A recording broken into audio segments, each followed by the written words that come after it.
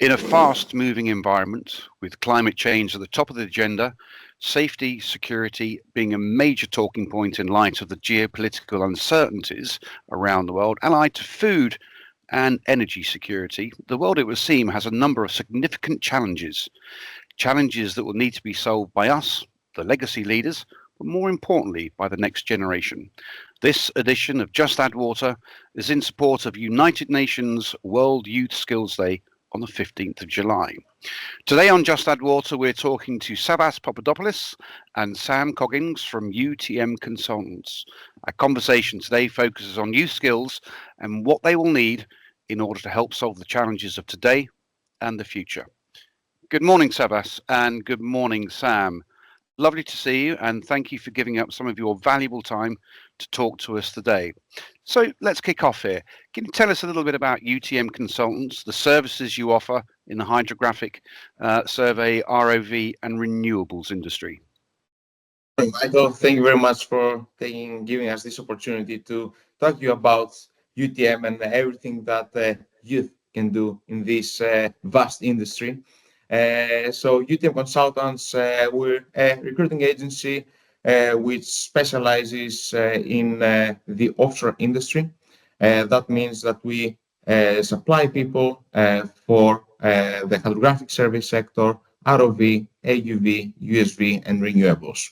We have more than 60 years of experience, and we've been partnering with clients like Saipem, Boskalis, Ørsted, Subsea 7, Nextgeo Solutions, and other big clients in this industry that they work in different fields. So some of them do geotechnical, geophysical, UXO, renewables. We, as I mentioned, partner with these clients, and then on the other end, we have our contractors, and we have new people who are graduates that we try then to match these two and try to make these projects work and to be completed successfully. I don't know, Sam, if you would like to add anything here. Yeah, I think from my side, again, people which are looking to get into the industry, the workforce is aging, and we want to bring new people into the industry, especially from our side. We partner with multiple clients, which Savvas mentioned, and especially with the skill sets which are highly in demand, which are fading. We want to bring new people into the industry, which can learn from experienced people and come up through the ranks within a number of positions for the clients which we work with. That's grand. I mean, I should say you guys were part of our youth skills and careers trail at OI. I've had some great feedback from some of the students, and it's with this in mind. So with World Youth Skills Day coming up on the 15th of July, how does UTM Consultants see itself contributing to empowering young people for careers in these fields that you've mentioned?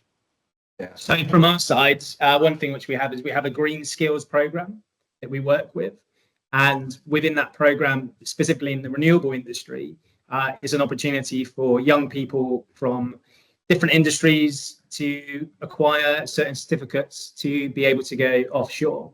Now, some of these are government funded, some of them are not, but however, it's a good stepping stone in the beginning for people to get a experience into the offshore life.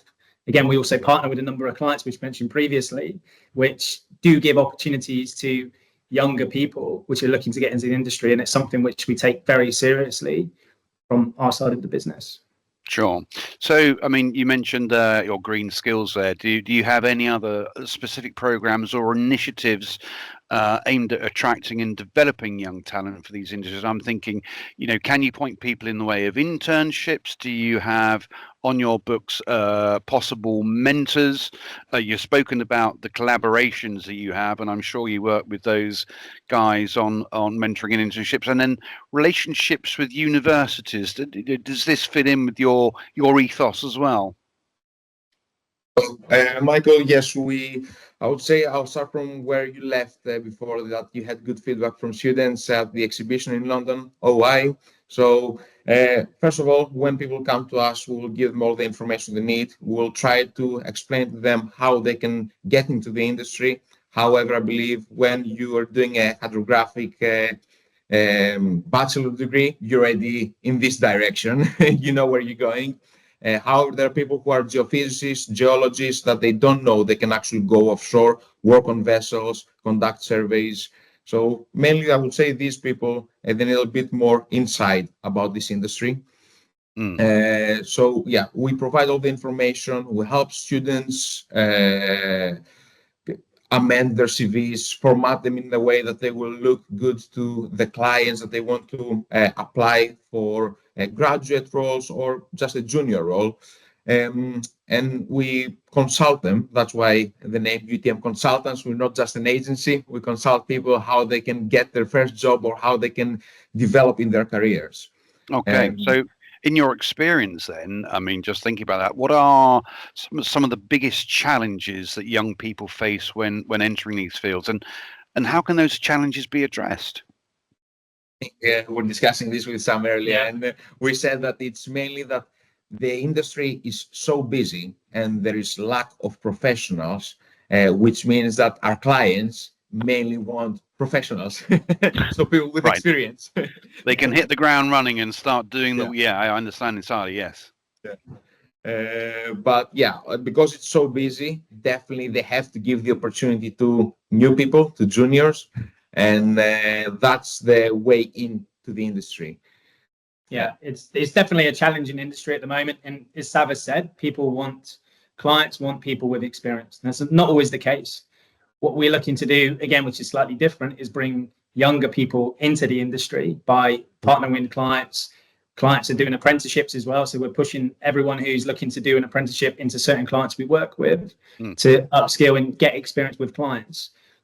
So yeah, it's one of the ways which we're working with clients to achieve that and bring younger people into the industry. Yeah. It's kind of chicken and egg, isn't it? They want the chicken, but in order to have the chicken, you've got to have the egg, and there you go on. And it's kind of self-fulfilling, isn't it? I get it entirely. They want people to be working straight away, but with technology in hydrographic surveys, ROVs, and renewables, these are all evolving industries and sectors within the ocean science field. Are there any really in-demand skills that some of your clients are looking for? And I don't know what that could be, but if there are highly in-demand skills, how can people get those skills? How can they acquire them? Yeah, Michael, there's a lack of experts in this industry, so they need every single one who can get out there. That means project managers, project surveyors, client representatives, party chiefs, reports coordinators, hydrographic surveyors, data processors, geophysicists, geologists, anything you can think of, ROV pilots, supervisors, literally anything in renewables. Yeah, I think on the renewable side, there's specific industries. There's a cable industry, there's the operation and maintenance industry on turbines, and then there's the technical services industry also. So it's quite a high demand in sectors at the moment. I think to answer the question, we do partner with certain suppliers and contacts who will put people through certain specific training, which is needed.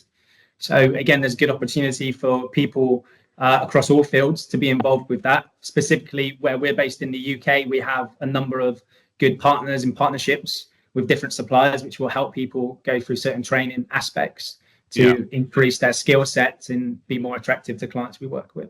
I mean, this is the what you've just highlighted there, Sam, is very intriguing and interesting, because the assumption is as soon as you say offshore, I need to be able to swim, I need to be able to wear a wetsuit, I need to look good in a hard hat. But the reality is there's all those back office tasks where you don't necessarily need to get your feet wet in order for the business to carry on. And you spoke about accounts, you spoke about legal, you spoke about H&S.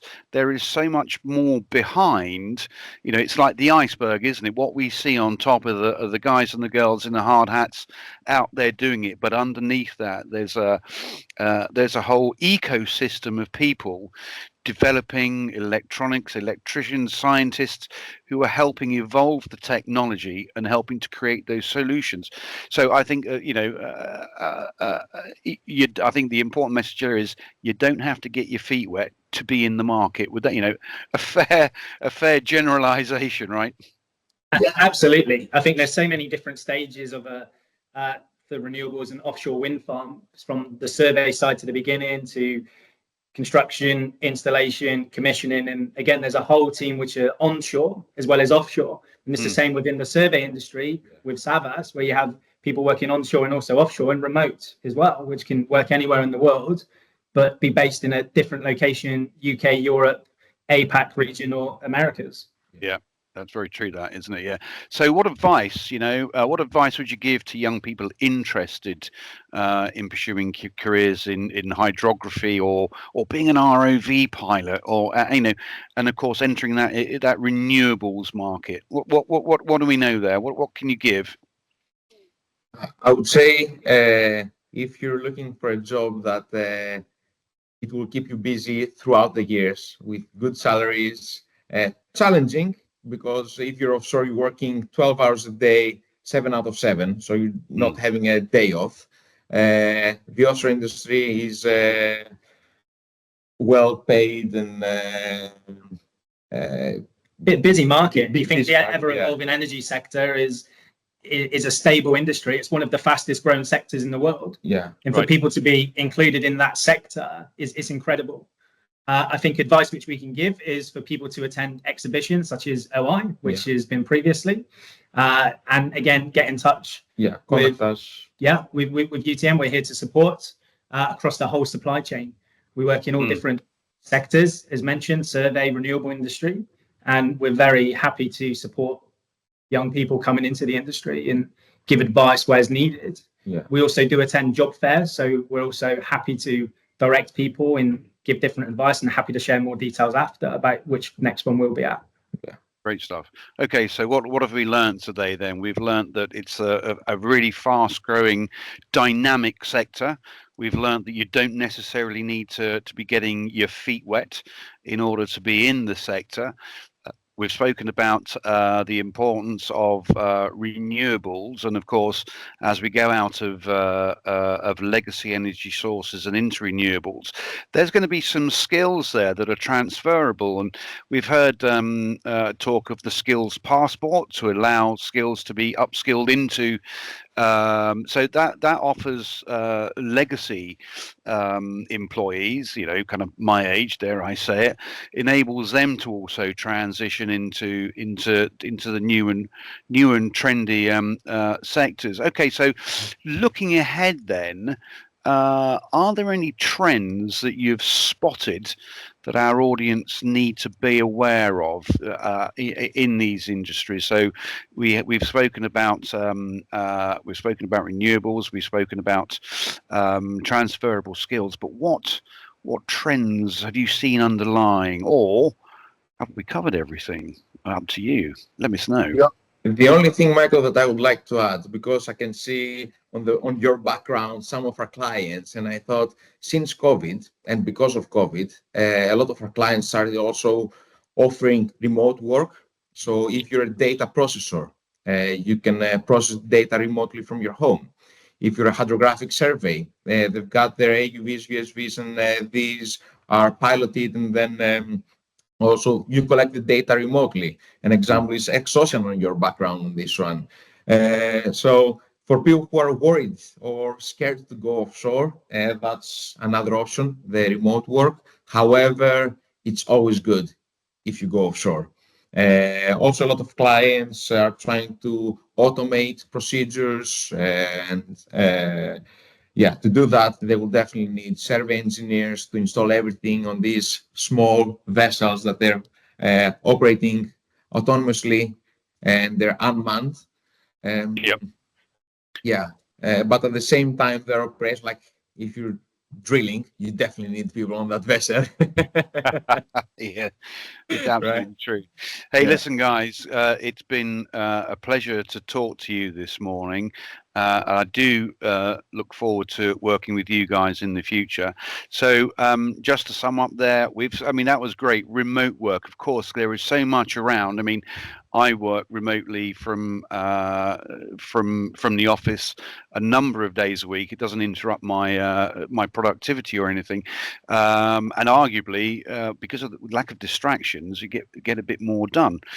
So there's remote work available in the ocean sector, and these automated or these the ROVs. You're quite right. You could ostensibly you could be sat in your living room and operating a bit of kit thousands of miles away in the Mariana Trench, as an example, to be extreme, and still continue to be productive. Getting that data, then that data needs to be analyzed by someone, which again could be done from the comfort of your own kitchen table or your own home office. So yeah, it's just emphasizing once again that there is so much back office stuff. You don't need to be out in the water or on the water. As you said, Savvas, it's the best place to be. Number one, salaries are higher. And number two, you get to see some of the world, which certainly in other jobs you wouldn't be able to do. Gentlemen, may I thank you for your time today. One more plug. Where do people need to find you guys? So they can visit our website, www.utmconsultants.com. My name is Savvas Papadopoulos, and I'm the Operations Director. Sam is our Renewables Director. You can find us on LinkedIn, use our names, and we'll be happy to connect. And then you can drop us an email. We can provide our phone numbers and everything. But yeah, first point of contact can be LinkedIn, I think. Yeah, for sure. Our LinkedIn base is quite large. And again, we're looking to always grow. And like Savvas said, we're always happy to talk to anybody. And if we can help or assist anyone in the industry, please get in touch. Yeah, in our website, you will find vacancies that we have. You can apply straight from there. You can upload your CV. You can do a lot of things. And you can also find our contact details in there. So feel free to reach out. Great stuff. Well, once again, guys, thank you very much for your time, and happy World Youth Skills Day, I should say to everyone. Okay, thank you very much, and we'll see you again. Take care now. Bye-bye. Thank you very much. Bye-bye.